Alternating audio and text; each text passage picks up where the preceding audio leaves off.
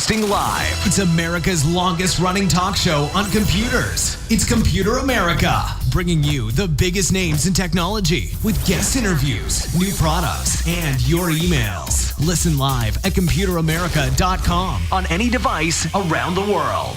Email the show at live@computeramerica.com or find us on social media. Be sure to check out our website for contests, giveaways, show notes, live video stream, podcasts, and more. You're listening to Computer America.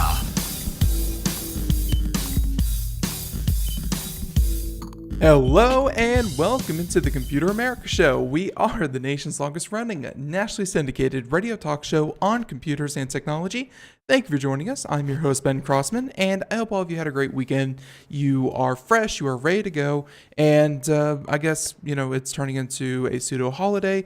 Happy Prime Day, I guess. I don't know. Welcome into the program. We have a great show planned for you today. And just a heads up, in the second part of the program, we will be doing computer and technology news, where we keep you up to date with all kinds of tech stories and things like that. And some of those include a couple of warnings about Amazon Prime Day and how, you shouldn't throw common sense out the window just because someone says, hey, this is a good deal.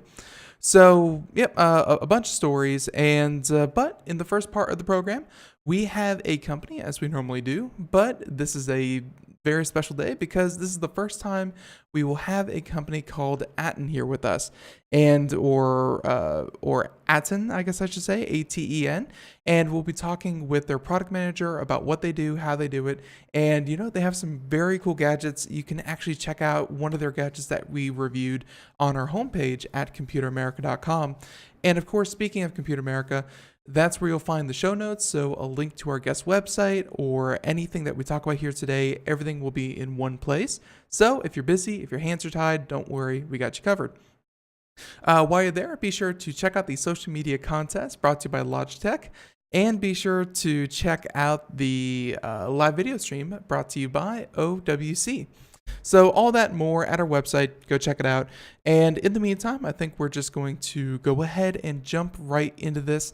And as I said before, ATEN Technology is joining us today. And joining us is Miss YT Liang, and YT Liang, I believe is the better way to say that. And she's joining us by phone. So YT, welcome onto Computer America. How are you doing? Good, thanks. Thank you, Ben. Thank you so much for having me here. Our pleasure. And coming in loud and clear, it's great to hear. Let's go ahead and get some background on ATEN and what they do. And for those of us who haven't heard of them, give us a bit of a background on what it is that they do, and also a bit of background on yourself. How did you find yourself working with the company? Okay, cool. Thanks, Ben. Well, I'll start with who we are. So ATEN, we are we've been in the industry for over 40 years, and we started with KVM. So KVM stands for keyboard, video, and a mouse switch. So imagine this. Let's say if we have two PCs or two laptops at our home, and we just need one set of keyboard, mouse, and monitor to control different PCs. And imagine if we are talking about data centers, you can use just one set of keyboard, mouse, and monitor to control thousands of servers. So it's really beneficial and save you a lot of space, save you a lot of money. So that's one of our product lines. It's called KVM. And we also have another product line that's called Pro AV, that's professional audio video. And I believe we will spend more time talking about this amazing product line today. Another thing is we also have a new SOHO. So Ben, just like you mentioned in the beginning, we have this cool gadget, which is the UH7230. That's being one of our focus items as well. And last but not least, we also have the PDU. PDU is the power distribution unit. So imagine you can have all your electronic devices connected to the PDU, and you get to monitor and control the power usage of your electronic devices.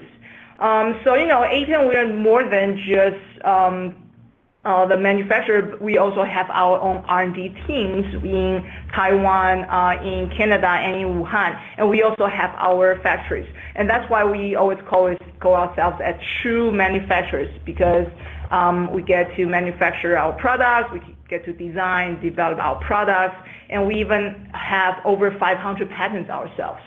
So that's pretty much what we do. And as myself, I'm the product manager in charge of Pro AV. And besides product management, I also travel with our sales team a lot, which I really love it, because we get to meet the customers, listen to them, knowing what they're looking for, and try to fulfill their any issues that they are running into. And on top of that, we are working closely with our marketing. Our marketing is awesome. You know, they have so many feedback, and as well as we're trying to make people not only on the IT side, but also the Pro AV side aware of who we ATEN are. Right. No, and wow, there's a lot to break down there. Very good introduction.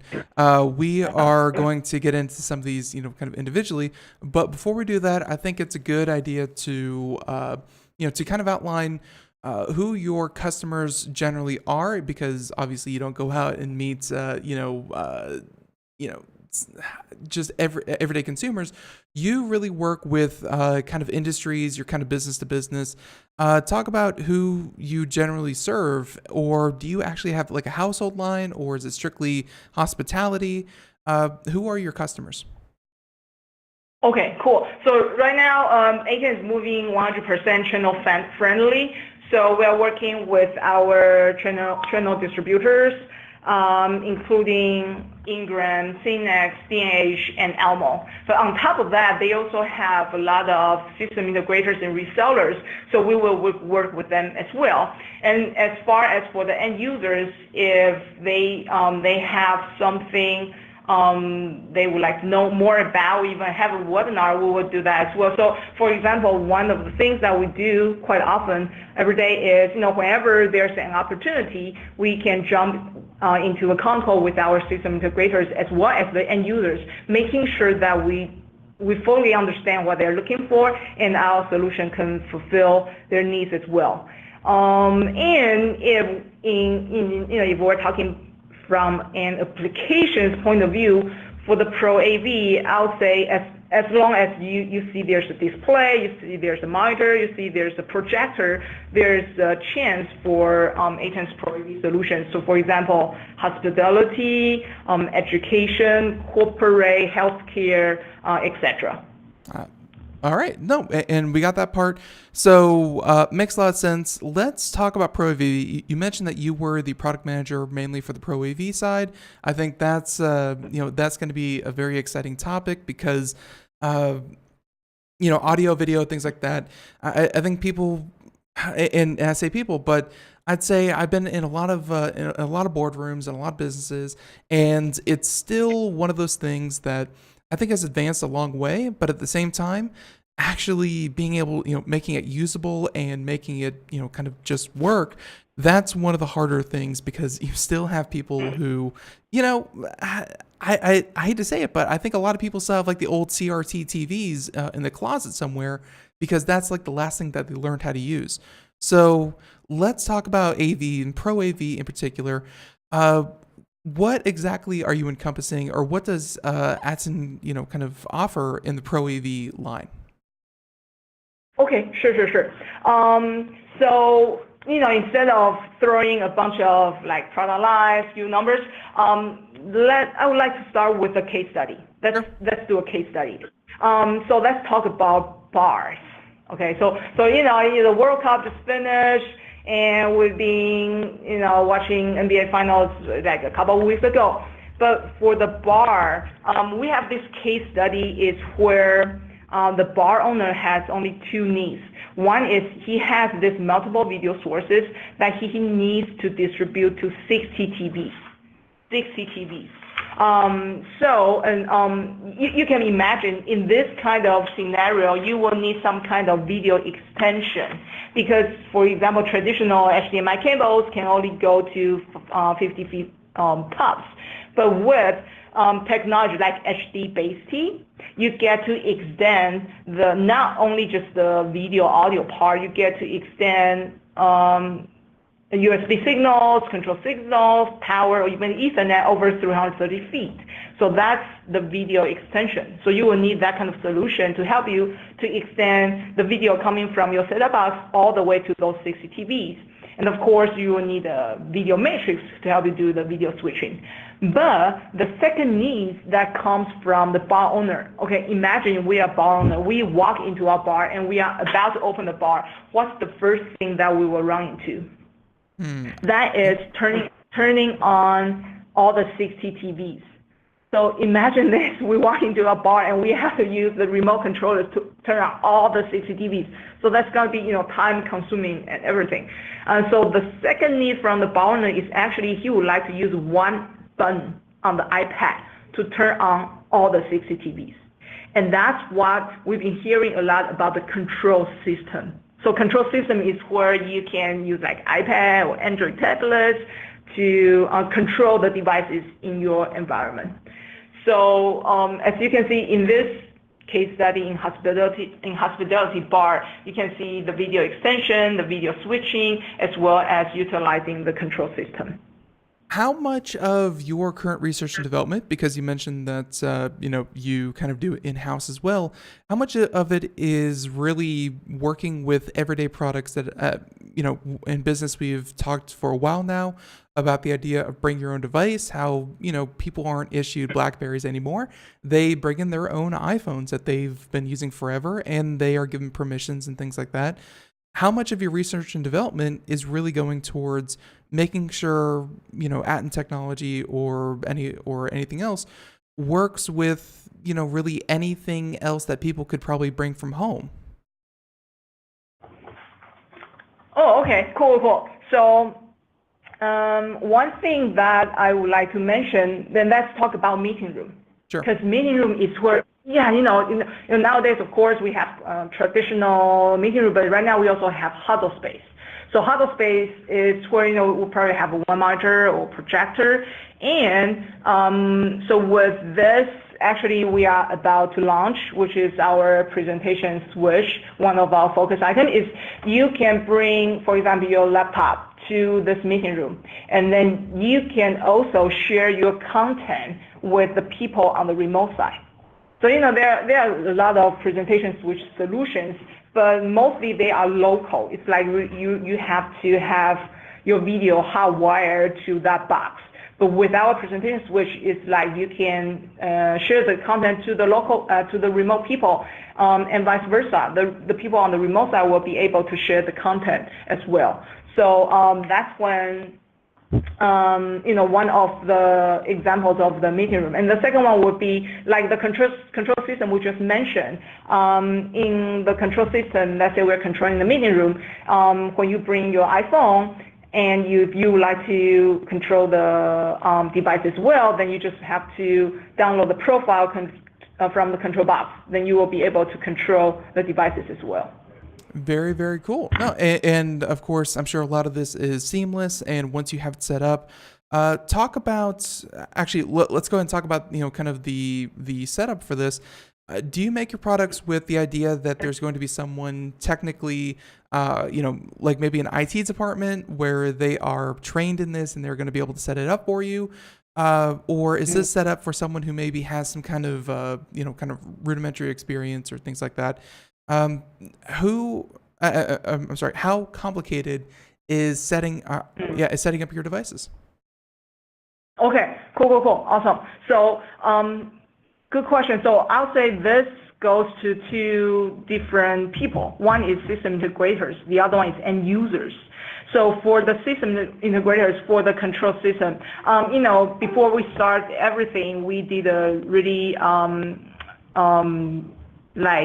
lot of research on the market, and we found that for the control system right now, most of the software are too complicated. It will take the system integrators have dedicated engineers to learn about the control system. But with our control system, it's just a 4-step. So step 1, you type in your project information. Step 2, you select the devices you want to control. So for example, the projector, the TV, or the video matrix.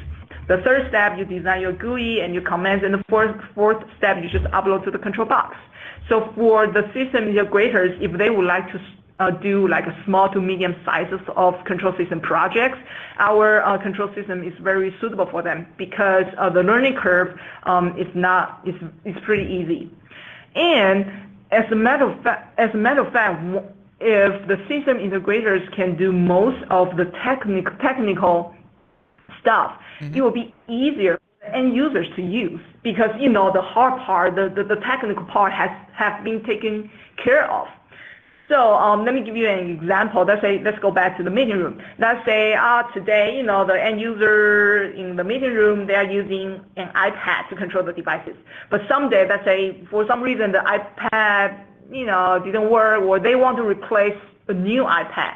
Then in this case, do they need to call system integrator to come over? And does the system integrator have to fly all the way to the customer site just to replace an iPad? Well, with our ATEN control system solution, you don't have to do that because the end user just need to grab another iPad, again, download the profile, then he or she will be able to control the meeting room like the way he used to. So I'll say that's the benefits that we can bring with our control system. Very, very cool. And obviously, setting these things up is going to, require a bit, but it sounds like you're giving your customers enough leeway that if they want to do things a certain way, they're going to be able to set it up to a T to exactly how they want it set up. And I guess that's something that, again, looking at, some of your case studies, that's very, very important. And let's actually go back and talk about some of the others. You mentioned, again, Pro AV. You mentioned a bar, lots of TVs, lots of televisions, lots of different signals. Being able to control these on the fly, super important. So that really shows a good side of your technology and how flexible it can be. Do you have, some of these for maybe some other areas, like let's say hospitality? Oh, good point. Yeah. So actually, the video matrix and video extenders are very helpful in house of worship because you can imagine the size of the church or the house of worship, and so they will need to have video extension as well as switching between different contents. So that's one of the applications that we're seeing more and more growth. And I'll probably say another vertical market in the Pro AV world is corporate. Actually, according to a VIXA report, a VIXA is the organization who does Infocom.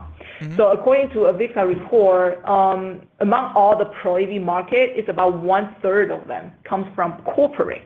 So you can imagine corporate. You can imagine the meeting rooms we just talked about. And another, I would love to share with you another case that we did with the corporate is they did a 10x6 video wall and another 5x5 video wall. So that's a total of 85 displays. And that corporate is more like a broadcasting corporate. So what they want to do is they have this 10x6 video wall playing video coming from different news channels or broadcasting vehicles. And whenever they want to enlarge a specific source, they will just do video wall. So that's another case in the Pro AV. That is impressive. I mean, 85 televisions, that is, and of course getting them all working together, and I'm sure that even milliseconds of difference in signal would be supremely annoying. So that is very, very impressive. And I guess that, and you mentioned that corporate is a big part for Pro AV. I mean, let's say there's a company out there who currently is maybe lacking in this kind of area, and they're looking to upgrade. I mean, could you give some examples about why, why people kind of shop for your product? I'm sure that you ask them all the time, what are you trying to do? What are you finding are some of the more recent innovations? Is it all video walls that they're trying to do? Is it trying to control, maybe what their employees are doing or trying to do at certain times a day? What are your customers trying to do with your technology? Okay, cool. So if we're talking about corporate, I'll say besides, for example, the 10x6 video wall case study we just talked about. Another thing is, we see one of our products selling to the corporate as well, which is like a 4x4 video matrix that can do video wall, or a 9x9 video matrix that can do video wall. Because corporate now, either in their lobby or in their reception, they would like to do like a 2x2 video wall or a 3x3 video wall, showing whichever the content that they are using. And another thing, because we're talking about corporate, and another thing we would like to talk about is the command and control room. In some of the big corporates, they will have command and control. So basically, command and control is, operators will be sitting at their desk. They have their own keyboard, mouse, and monitor. But at the same time, in front of them, there could be another 4x3 video wall in front of them, and having video coming from everyone's PCs. And whenever they want to see something clearly, they can just make it to the video wall, enlarge that. In this scenario, the command control room, this is where you can see the perfect combination of AV and IT. So, the AV will be the one who does the video wall, but don't forget there's also the keyboard mouse control part. So that's where the KVM can help. So I just say, from us, ATEN, one of the benefits that we can bring to our customers is, you can look for vendors who are good at KVM or IT, and you can look at other vendors who are good at Pro AV, but it's pretty hard to find one vendor who can do both. And imagine that means, one solution provider. That means less, fewer vendors to call for help. You can just come to us. We can help you with the command control center solutions. And by the way, I just want to draw everyone's attention once again to our website, Computer America, because we did a review of one of your KVM switches, and essentially in the review, I kind of said that this is not going to have a lot of use cases for like kind of mom and pop or like even just like single person households, but if you need something like this.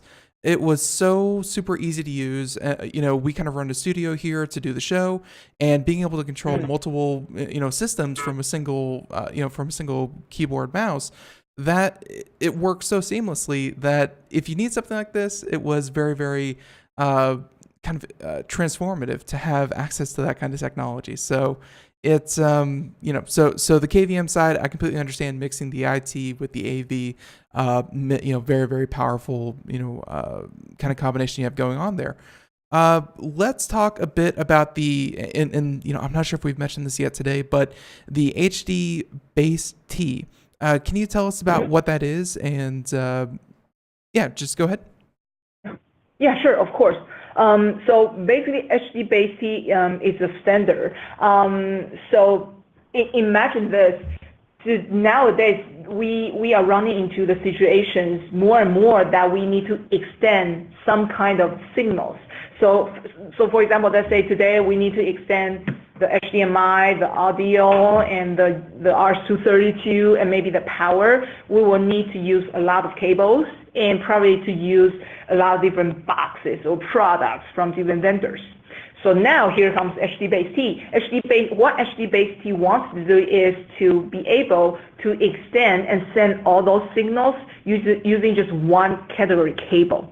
So that's why they call 5-play. So 5-play actually means 5 different signals. Those are audio video, USB, power, control, which includes IR and RS-232, as well as Ethernet. So imagine this. Instead of like 5, 7, or even 6, or even 8 different kinds of cables, you just need one category cable. Then you will be able to extend all those signals. So echo back. Remember the first case study we talked about the bar. Mm-hmm. The reason why we can control all those 6 TVs is actually because our control system sends the signal to our matrix and then sends the R232 signals through HD-Base-T to the receivers and then to the TVs to tell them to turn on, turn off. So that's the benefits of the HD-Base-T. So HD-Base-T is a standard that they're trying to ratify in corporate and other things like that. And I found their website. We're gonna throw it up in the show notes just so everyone can kind of take a look at it too. So this is kind of like an alliance. They have many other companies that are starting to work on this. How close are we actually to getting something like that single cable dream? Like I'm sure that the zero cable dream is still there, but the single cable, how close are we? Okay, cool. Actually, right now for the HD-Base-T solutions, there are, I'll say, already a lot of the HD-Base-T solutions. So I have to say we are pretty close. But I guess the next question is, how do I choose? Among all these HD-Base-T solutions, products, I'm looking for example, I'm looking for HDMI extenders which can extend to 200 feet with IR control. How do I how do I find that product that fulfills my need and I don't have to worry too much about it? Right. Then that's why we would recommend to use certified products, HD-Base-T certified products. So by saying certified, that means vendors like us, we have to send our product and our documentation to the official HD-Base-T Alliance. And they will do a full test to make sure we can word the way that we say it. And then they will say, okay, approved. So that's certified product. So for ATEN, our HD-Base-T products are certified. So I'll recommend the first one to use certified products. So when you're doing mix and match or when you are putting them together, it will work. And the second thing is actually we've been doing this for over a year and a half, which is the HD-Base-T certified training. So in this training, it could be 90 minutes and it could also be 3 hours. But in the 90 minutes, we'll talk about not just the technology of HD-Base-T itself, but we'll talk about case studies. We'll talk about the heads up. I'll say probably the heads up is one of the most important topics because those are the heads up you need to know before you start doing the HD-Base-T installation. So for example, there are 2 different IR types in HD-Base-T and they don't work together. So you need to know that before you actually buy the products or spend a lot of time doing the testing and find out, oh, it doesn't work. Right. And on top of that, our HD-Base-T training, the people who attend our training will receive a VIXA CTS RUs as well. So CTS is Certified Technology Specialist. Basically, it's a kind of certificate, and you will get 1.5 for 90 minutes or 3 RUs for 3 hours from our HD-Base-T training. I gotcha. No, and that's and by the way, I think we're about to run into a break. YT, if you don't mind, would you mind staying over past the break so we can finish up this conversation? Yes, of course. Perfect. So yeah, and I think when we come back, because we have maybe a minute left, and maybe we can get started. But let's talk about some of the trends in the Pro AV world, because and this has always been very interesting to me. I'm not sure about the audience at large, but standards are a great thing. They kind of make the world go round, but I'd say back in January, for example, we had the one of the people from the HDMI consortium to talk about HDMI standards, and I believe they're up to like HDMI 2.1 or something like that. And you mentioned that you started to push this, the HD-Base-T about a year and a half ago, and since then they're already talking about changing, let's say, HDMI standards, which I'm sure are rolled into that as well. How does ATEN, ATEN kind of work with ever-changing standards. So do you try to keep up with them? Do you have something set and you do it for, like, let's say 5 years? Yeah. How do you work with changing standards? Okay, cool. That's a very good question because, Well, and YT, I say that, and then the music starts playing in the background, and I have to cut you off. I'm so sorry, but everyone, when we come back, ATEN Technology, we are talking to Ms. YT Liang, and she is the product manager for the company. Everyone, stay tuned. More Computer America right after this, and a couple more questions, and then computer and technology news. But everyone, stay tuned. Greece is cheap. But the airfare costs a fortune. Paris? Not much closer, and again, airfare... What about Puerto Vallarta? Let's face it, flying anywhere is just too expensive. Wait, what's this? Low-cost airlines. With one call to low-cost airlines, you'll drastically slash your travel costs. We're talking insanely low airline prices to any of your favorite destinations. Where would you like to go? London, Rome, Costa Rica, Australia? Wow, that's cheap. So why wait? Call now to learn how crazy cheap it is to fly anywhere in the U.S. or international. Our prices are so low, we can't publish them. The only way to get them is to call to instantly hear the most amazing best deals on airline travel. It's that easy. So call now and start packing. 800-215-4461. 800-215-4461. 800-215-4461. That's 800-215-4461. We are all Brother Wolf. 10 years ago, a group of locals banded together to create positive change. We took animals into our homes, held adoption events at local retailers, and talked to the community about our mission to help build a no-kill Asheville. A decade later, we have achieved so many victories for animals in need. There's been so much progress, yet there's still so much to do. As part of our year-long celebration, we encourage you to become a member of our special Compassionate Circle program. With a monthly donation of $10 or more, you will have behind-the-scenes access to the work we are doing at Brother Wolf. Our goal is to reach 1,000 members because we receive no government funding. Working together, we can help build and sustain no-kill communities. Learn more at compassionatecircle.bwar.org. We are a 501c3 tax-deductible organization.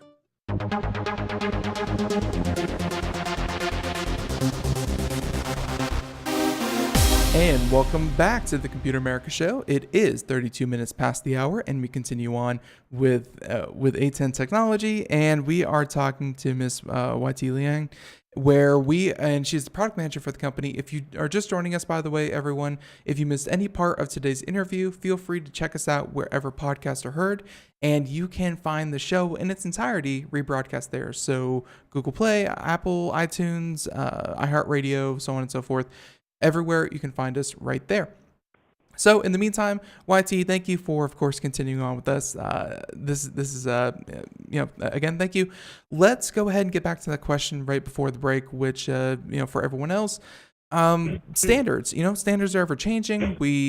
I just mentioned things like HDMI 2.1, which itself are there to address concerns of not just things like 4K and HDR and what have you, but things like 8K television and data's getting a lot more dense and a lot more throughput. How do you deal with standards? Okay, cool. Thanks, Ben. For HDBaseT, I was gonna say really interesting because in the training we'll talk about there's HDBaseT 1.0 and there's also HDBaseT 2.0. So for ATEN, we are the members of the HDBaseT Alliance. We were adapters, but now we are even moving forward to contributors. So another thing that I can give you a great example. So for example, ATEN, we have the world first HDBaseT 2.0 DVI dual display KVM. So that's something, we are on the front edge of the technology and the trend.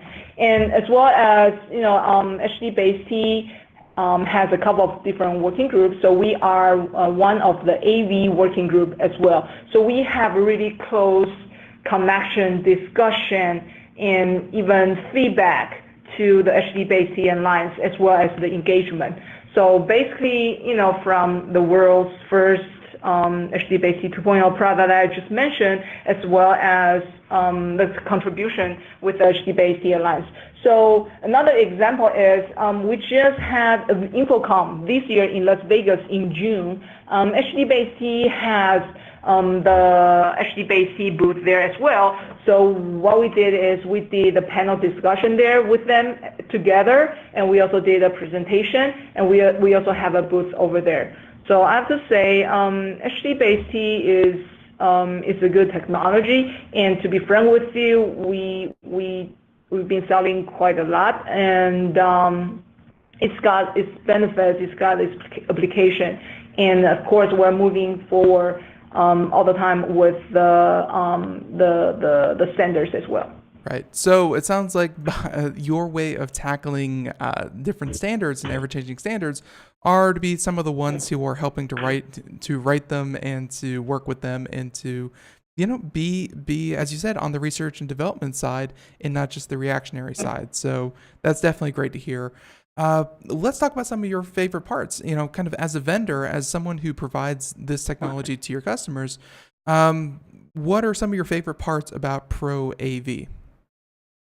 Okay. I'll say that's myself. My favorite part will be working with our partners and work with them as well as working with the end users to know, once again, what they're looking for, what their issues they're running into, and make sure we provide the best, the most suitable solution for them.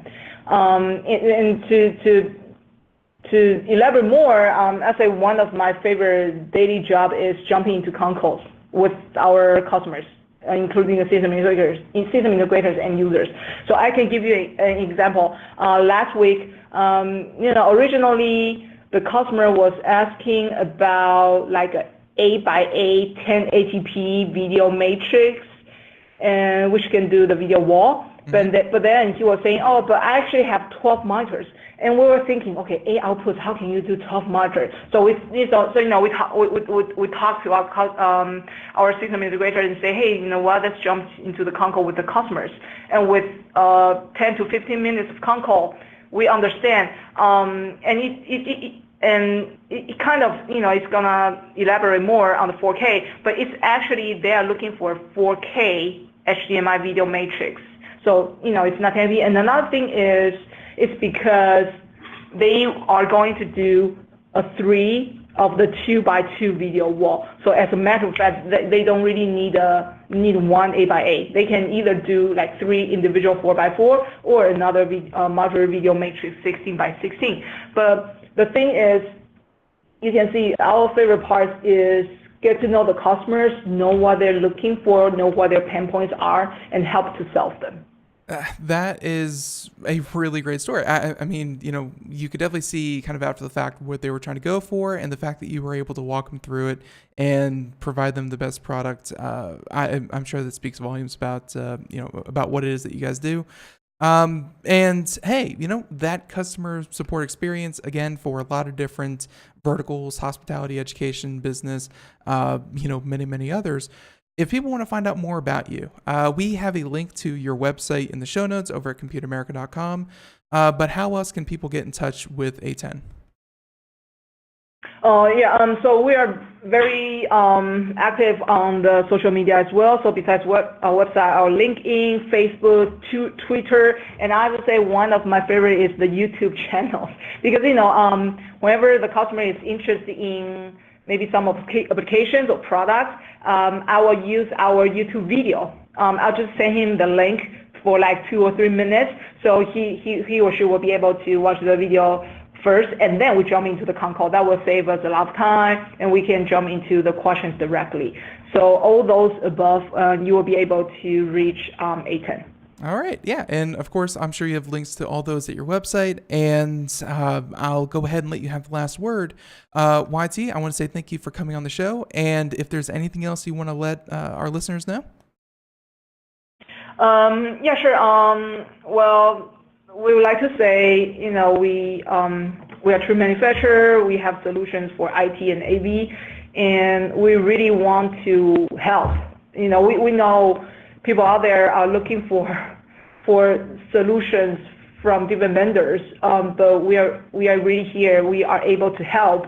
We are equipped with IT, both IT and AV expertise, knowledge, and experience. So, please feel free to reach us. And of course, last but not least, Ben, thank you so much for having us.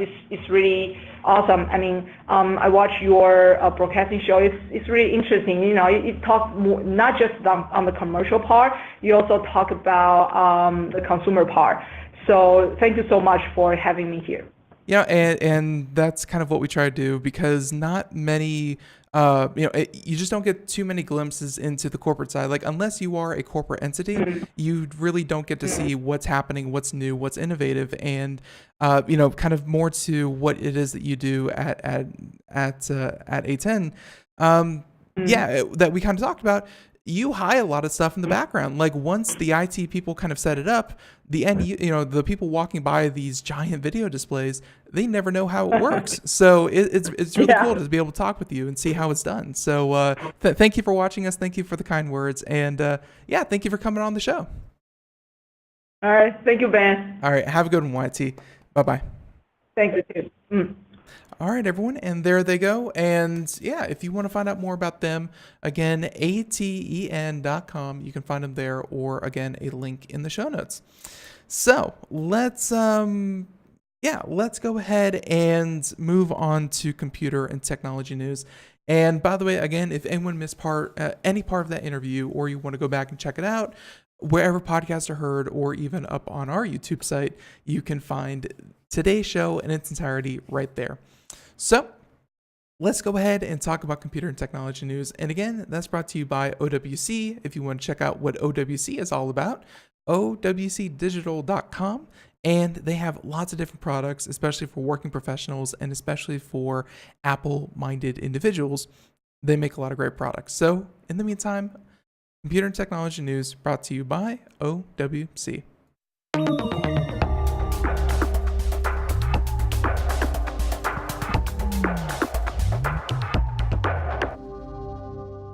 All right, let's go ahead and get started. So there are a number of them. We can kind of lump these. Honestly, we could probably do the entire show, what's remaining of it, on electric cars. I don't know what happened with electric cars. I don't know if there was some kind of convention, or if people were just super interested about electric cars today.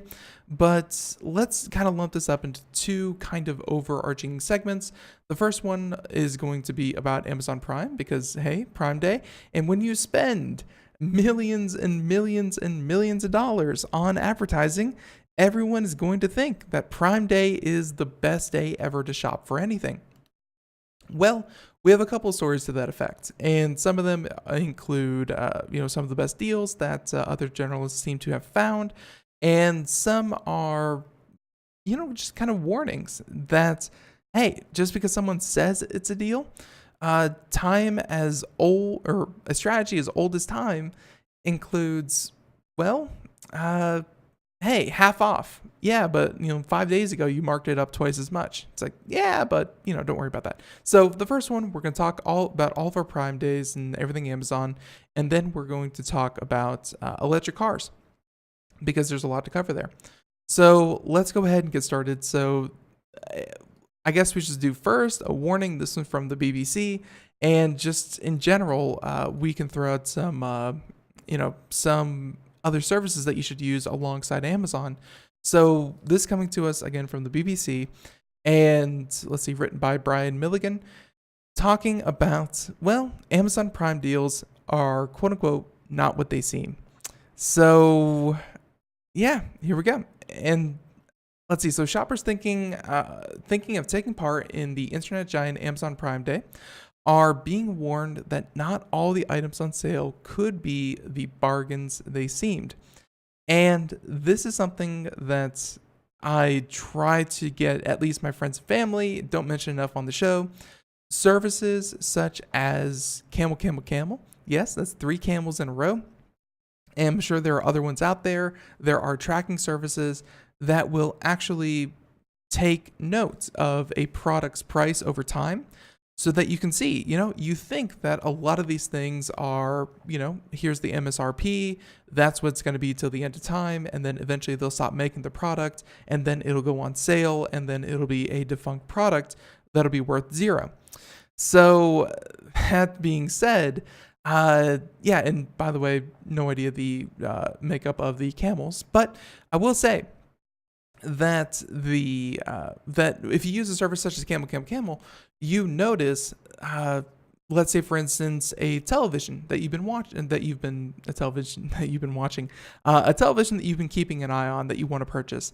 You punch it into the service, or at least the product name, the direct link to it on Amazon, and it will actually show you that no, just because a television may be MSRP for $600, maybe during the holidays it went up actually $100, so it was $700 because people knew that they were shopping for it. Or maybe in the summer when they had too many in stock, they dropped the price down to try to move some, and they were down to like $400. So by using a price chart over time, you're able to see that in some cases, Amazon Prime deals are not strictly sales. And Amazon has said as much. So they actually have a quote here. I'm trying to find it real quick on the fly. But essentially, what Amazon said was, quote, "We never said that the best time to buy every product, is going to be on Amazon Prime Day. Instead, it's just a day that they market, that they are advertising for, and think of it like a pseudo Black Friday. It's a completely manufactured excitement on Amazon-based products." So let's go ahead and let's go ahead and say that. So they're saying that consumer group which is the name of the consumer group, said that the goods are often cheaper at other times of the year. However, Amazon said its website was transparent and consumers could compare price changes over time. And that's true, but again, the best way to do it is by third-party sites. The 36-hour sale aimed at subscribers to the Prime shopping service offers discounts on a range of goods, and the deals are time-limited, with shoppers being told that some items are only available while stock lasts. Again, you have to manufacture that idea that if you don't buy it now, if you don't impulse it for that 50% off, you may never get the chance. You may never get the chance at this price again. Not always the best. And again, not always the best deal that you're going to get, but it's all about playing into the human psychology of, hey, this camera is 50% off, but the camera was, maybe raised 30, 40% a couple of days prior. Completely legal, and, just something that as a consumer, you have to be savvy enough to know how to avoid. So let's see, the article goes on for quite a bit here. We're not going to read it in its entirety, but they said that other consumer groups question whether targeted sales messages on people's mobile phones should be allowed to continue unabated, saying that there's so much data, retailers can work out so much about us, and they're saying that it turns into a bombardment of high-pressure sales messages that can lead people to make the wrong decisions. It's time for us to have a debate on whether more boundaries need to be drawn. And I guess what they're saying there is that, and I even saw this leading up to it by a couple other news organizations that were saying, hey, if you want the best deals on, on items, fill them up in your shopping cart. Essentially give the company's data into what it is that you want to purchase.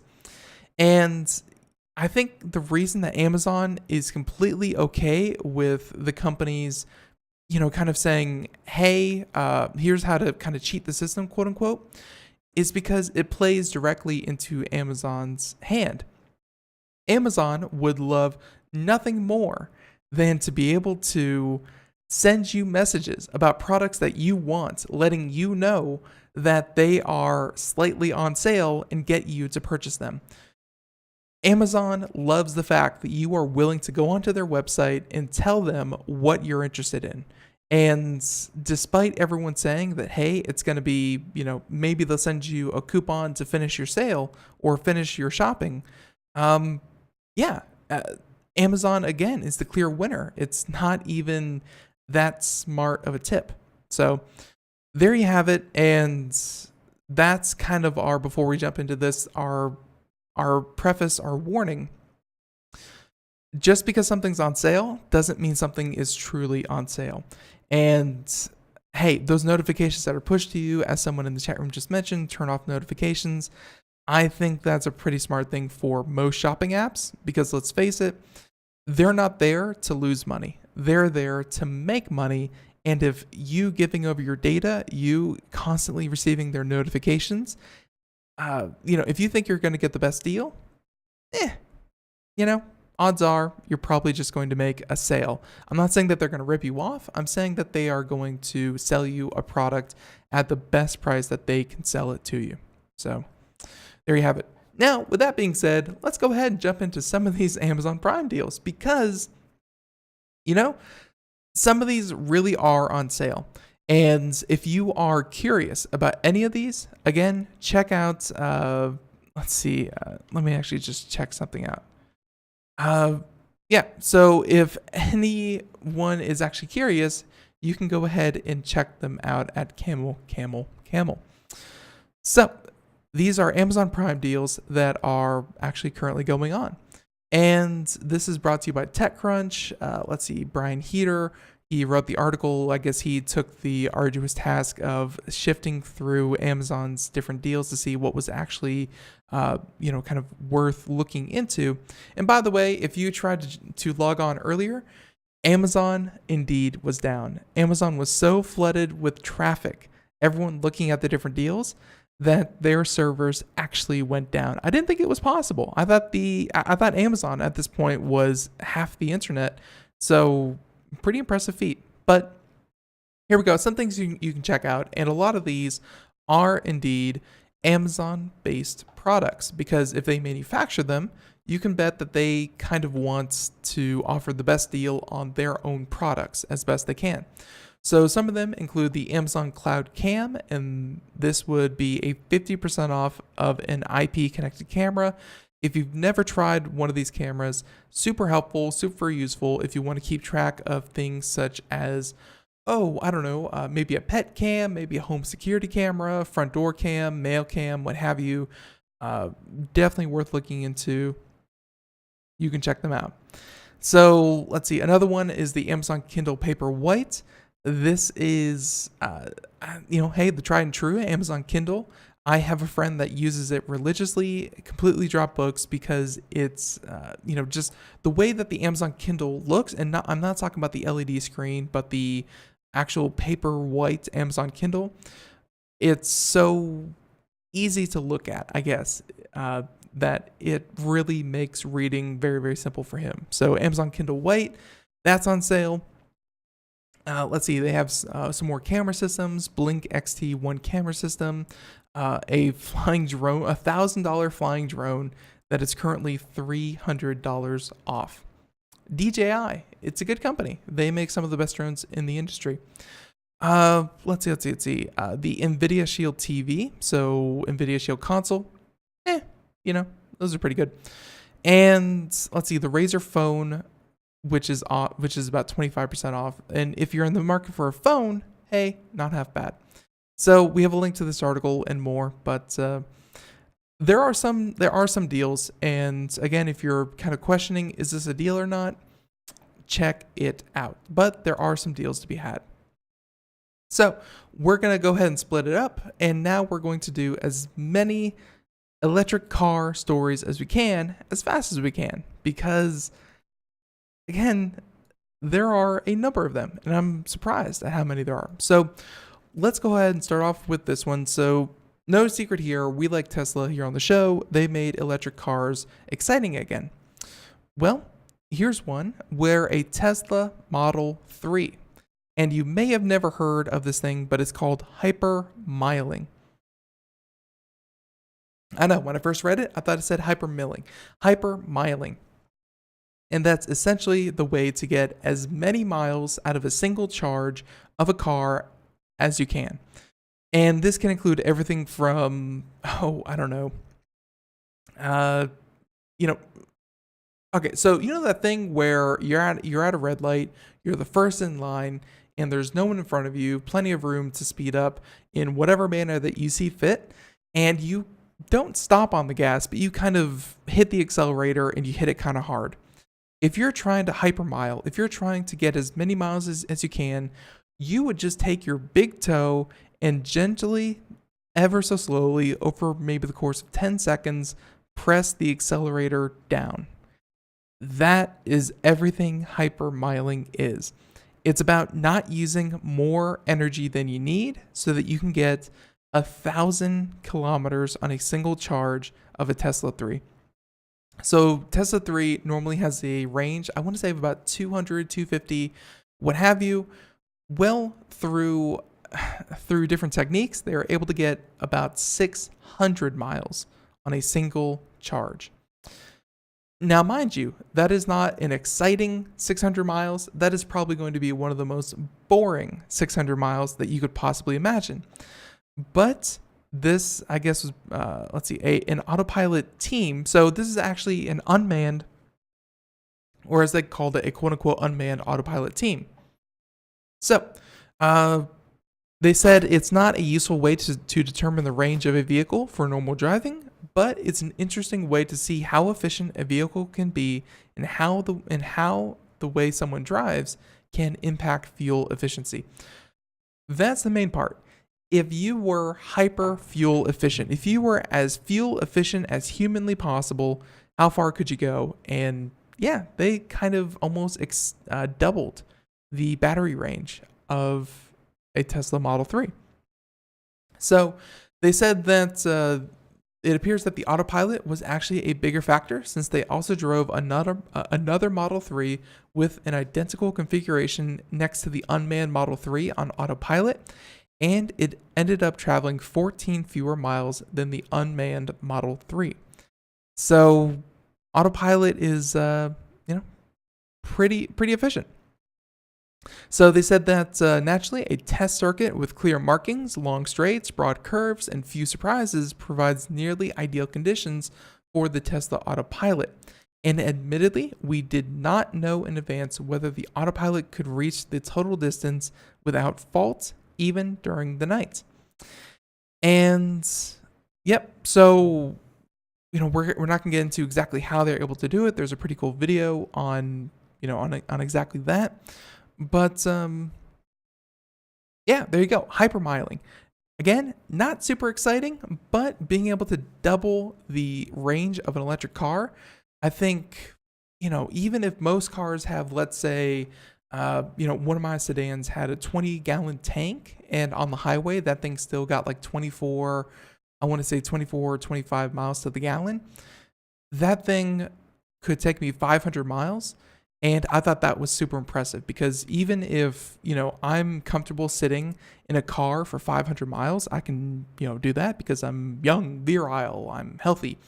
But having to sit in a car for 600 miles, I think that's pushing about the range that you need to compete against gas cars because it's really not medically recommended that you sit in a car for 10 hours straight.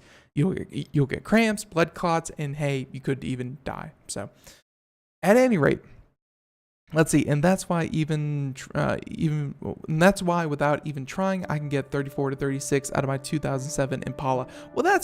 Hey, what was that? An Impala that is 11 years old. That is a beautiful animal, and I'm not shocked that you got 34 miles to the gallon out of a Impala like that. So anyways, with that being said, everyone, hey, obviously special thanks to the folks in the chat room. Thank you so much for joining us here on Computer America. Thank you for everyone out there who listens to us live on IRN. I'm very, very happy that you do that, and we hope that you continue to do such. And everyone out there listening on the podcast version of the show, Thank you for doing that as well. Any way that you get Computer America into your life is the best way to get Computer America. So, special thanks to our guest, ATEN, for joining us here on the program. Hopefully, you'll be hearing more of them in the very near future. And in the meantime, everyone, have a great day. Thank you so much for joining us here on the program. And be sure to tune in tomorrow, where, if I have this right, we should have a company called Niceland Seafood. That's right. So we're going to make sure that they're all set up, and we're going to talk about how the blockchain is verifying seafood. I swear it's actually pretty interesting. So everyone, tune in tomorrow, 4 p.m. to 5 p.m., Monday through Friday. Everyone, have a great day. Thank you so much.